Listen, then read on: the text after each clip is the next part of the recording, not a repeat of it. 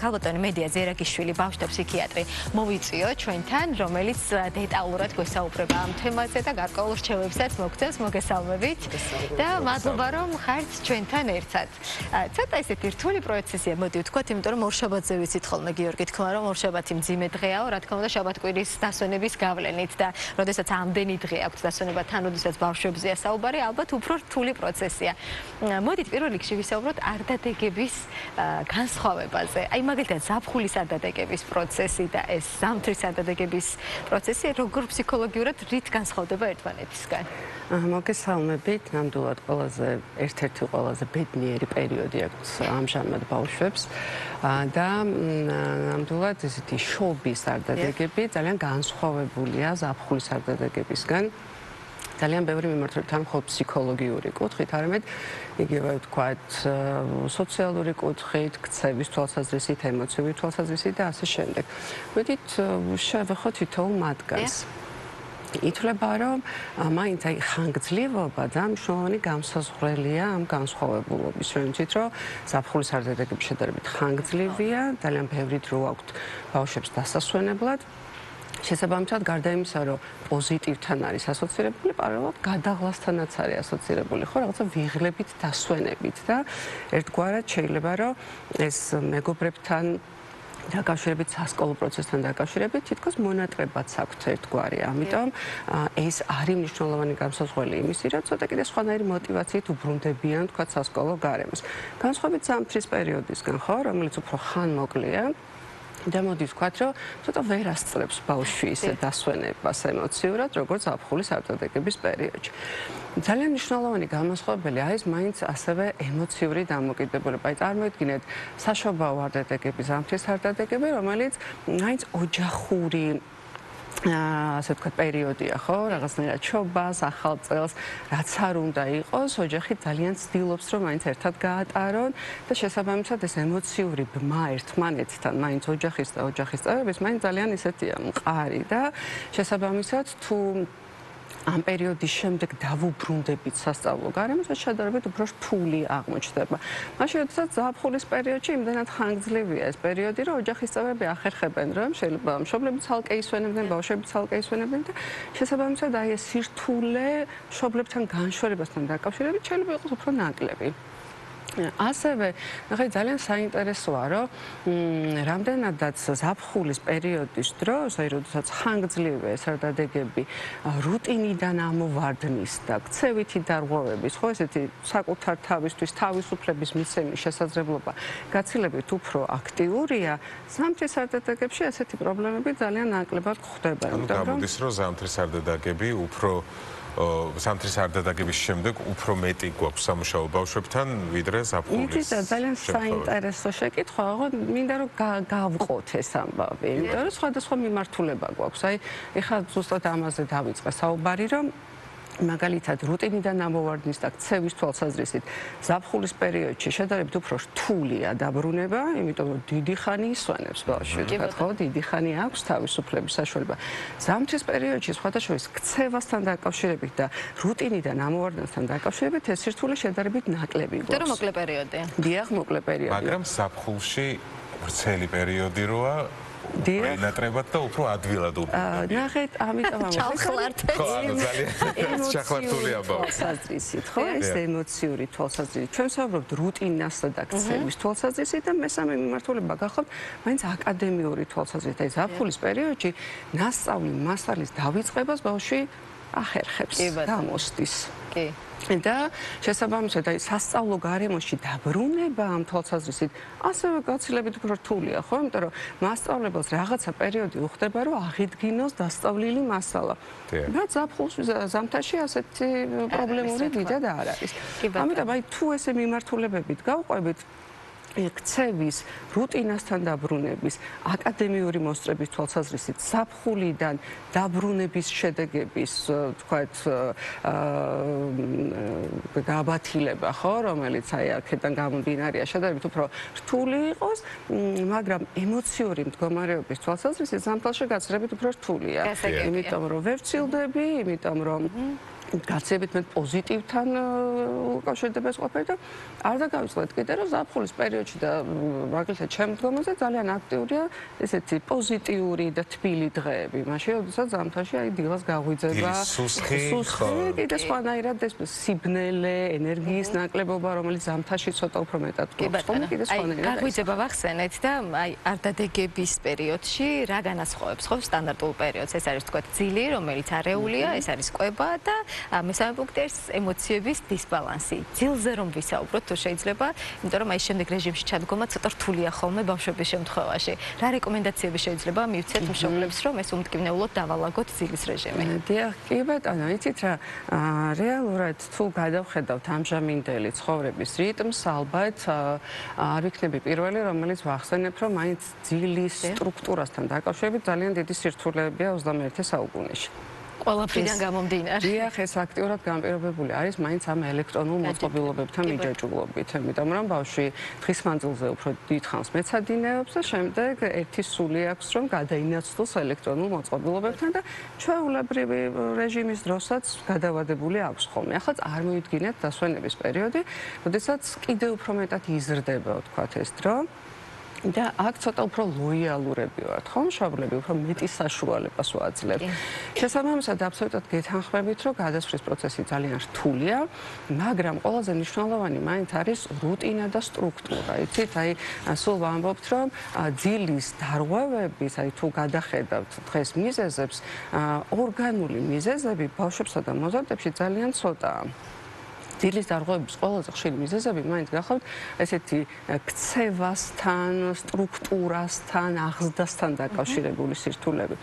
ამიტომ თუ მშობლები დაახლოებით 2-3 დღით ადრე, ეს ვამბობ ზაფხულის არდადეგებისთვის, თორე ზამთრის არდადეგებისთვის, მაგალითად ერთი კვირით ადრე ვიწყებთ, იმიტომ რომ იქ ხანგრძლივი პერიოდი გვაქვს და 7 დღე სავსებით საკმარისია იმისათვის, რომ რუტინას დაუბრუნდეს, ხო? ანუ ერთ დროს იძინებდეს, ერთ დროს იღვიძებდეს. ლიმიტირებული დრო გქონდეს ელექტრონული მოწყობილობებისთვის. მაშინ როდესაც ზამთარში სულ 10 დღე გვაქვს, ახლა ერთი კვირით ადრე დავაბრუნოთ რუტინას, გაგვიჭირდება.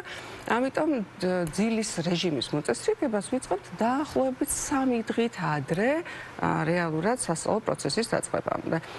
ანუ ვაკონტროლებთ ძილის ჰიგიენას, ამაში შედის, რომ იძინებს დროულად, შესაბამისად რაც არ უნდა გახანგრძლივოს დილის ძილი, მექანიკურად ვიწვევთ მის გაღვიძებას, ძილის წინა პროცედურებს ვუგეგმავთ, რეალურად უფრო 3 დღით ადრე გადავდივართ ძილის ჰიგიენის მოწესრიგებაზე თავისი ყველა ეტაპის დაცვით. კი ბატონო. ძილი დავარეგულირეთ, ვთქვათ და ახლა ყველაზე მნიშვნელოვანი ეს არის ემოციური დისბალანსი, იმიტომ რომ საოცარი ემოცია მოაქვს ამ პერიოდს. იგივე სანტა, საჩუქრები, არდადეგების პერიოდში მშობლები ცდილობენ რომ ყველა ასე თქვა სურვილი აუსრულონ ბავშვებს და ეს ყველაფერი რა თქმა უნდა ემოციებზე მოქმედებს. შემდეგ შეიძლება ამ აჟიტირებულმა ბავშვმა, როდესაც ჩადგება რეჟიმში, გაუჭირდეს ცოტა ხო ეს მერხთანჯდომა სკოლის შემთხვევაში, საბავშვო ბაღში დისციპლინის დაცვა. აი ამ შემთხვევაში ეს ემოციური ჰიგიენა როგორ უნდა დამუბალანსოთ? იცით რა, ნახეთ როგორ არის, როგორც წესი სკოლიდან სკოლისთვის დაბრუნების დროს რამოდენიმე მიმართულებას ვაქცევთ ყურადღებას, ხო? როგორც წესი, არდადეგების შემდგომ დაბრუნების პერიოდი მაინც ფიზიოლოგიურად უჭირს, პრაქტიკულად ყველას უჭირს, დასრულებსაც გვიჭირს შვებულების შემდგომ რეალურად დაბრუნება სამუშაო პროცესთან. როგორც წესი, ასეთ დროს რამოდენიმე მიმართულებას ვაკვირდებით და მაგალითად, დაახლოებით 2 კვირა ითვლება, რომ ადაპტაციისთვის აბსოლუტურად მისაღები პერიოდია. ემოციური მდგომარეობის თვალსაზრისით ჩვენ თუ გვაქვს მაგალითად მსუბუქი გაღიზიანება, თუ გვაქვს მსუბუქი ძილის რეჟიმის დარღვევა, თუნდაც მსუბუქი შფოთვა ან შიში და თავის არიდება, ეს ძალიან დაბალანსებული და ძალიან ნორმალიზებული პროცესია. აი შფოთვას რეალურად ვიწყებთ და ზრუნვის რეკომენდაციებზე გადავდივართ, მას შემდეგ რაც ეს პროცესი 2 კვირაზე მეტ ხანს ხანგრძლივდება და ცოტა მეტად მოდის ქცევითი დარღვევებით, ხო? ცოტა მეტად მოდის აკადემიური სირთულებით. აი ბავშვი, რომელიც წინა წლებში კარგად სწავლობდა, დაიწყო მაგალითად სკოლა და შედარებით შეიძლება რომ არდადეგების ბრალი იყოს, რომ თქვა სწავლის ხარისხზე აისახება ისე. კი ბატონო, აკადემიურ მოსწრება დარბაზზე მხოლოდ ინტელექტუალური შესაძლებლობები ხوار მოქმედებს, ხო? ანუ აკადემიურ შესაძლებლობებზე მოქმედებს რუტინა, მოქმედებს ყურადღების კონცენტრირების შესაძლებლობა, მოქმედებს შფოთვის დონე და შესაბამისად, რა თქმა უნდა, ეს ყველაფერი არის წინაპირობა იმისი, რომ თვითონ აი მარდადეგების პერიოდში რაღაცა გარკვეული რუტინიდან ამოვარდნის ფონზე, ან სხვა ინტერესების ფონზე ესეთი გადართვა და რუტინაში ჩაჯდომა ცოტა უფრო მეტად გაუჭირდეს რეალურად. რაც შეეხება როგორ ვმართოთ, რა ვიცი, აქაც სხვადასხვა მიმართულებებია, ხო? აი ყველაზე მნიშვნელოვანი მაინც არის, რომ დავუნორმალიზოთ ის ემოციები, რომელიც ბავშვებს აქვს. ანუ ჩვენ ავუხსნათ, რომ ეს ნეგატიური ემოციები, ან სტრუქტურასთან შეჭიდება, სამუშაო პროცესის ორგანიზაციის დარღვევა, მოლოდინები, რომელიც შეიძლება ქონდეს სკოლასთან დაკავშირებით, ამას ყველაფერს ერთად გავუმკლავდებით. იმიტომ რომ მე დარწმუნებული ვარ, რომ მხოლოდ ოჯახური გარემო კი არა, სასწავლო პროცესში ჩართული ნებისმიერი პედაგოგი ასევე ორიენტირებულია იმაზე, რომ ბავშვებს ადრედებიდან დაბრუნების შემდეგ ცოტა უფრო გაუმარტივო სტრუქტურა, ვთქვათ, ხო? იმიტომ რომ მე დარწმუნებული ვარ, რომ პირველივე კვირაში მაგალითად ტესტებს არავინ არ შეიტანს, ძალიან დიდ რაოდენობით მასალას არ მისცემს და შესაბამისად მეტად ლოიალურები იქნებიან, ხო, ბავშვების მიმართ და შესაბამისად ეს პროცესი როგორც წესი უმყინებლად გადაივლის ხოლმე. კი ბატონო. დასასრულისკენ, რა თქმა უნდა, ყველა მშობლის ჩივილი არის ის, რომ ბავშვებს ძირითადად არ უნდათ ხოლმე სკოლაში, ბაღში და ასე შემდეგ დაბრუნება.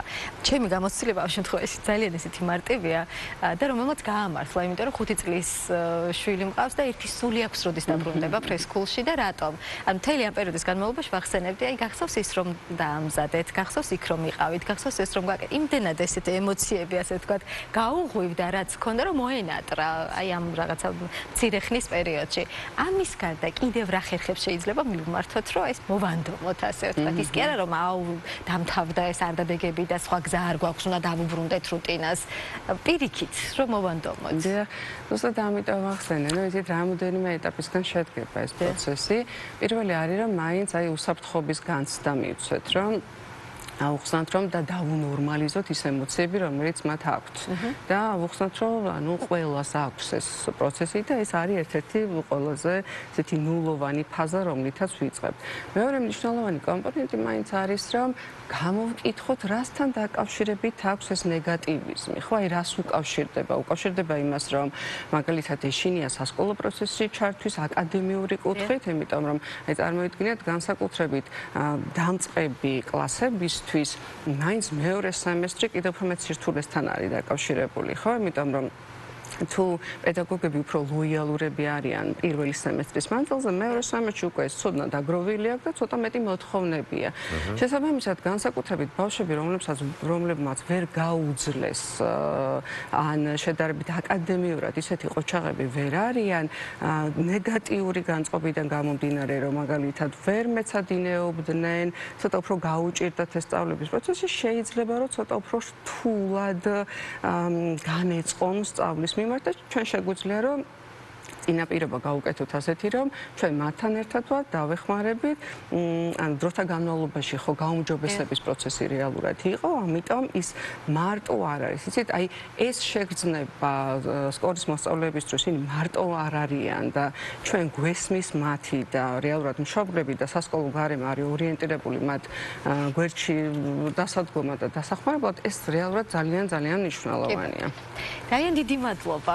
იმედია ჩვენს მაყურებელს გამოადგება ეს რჩევები მშობლებს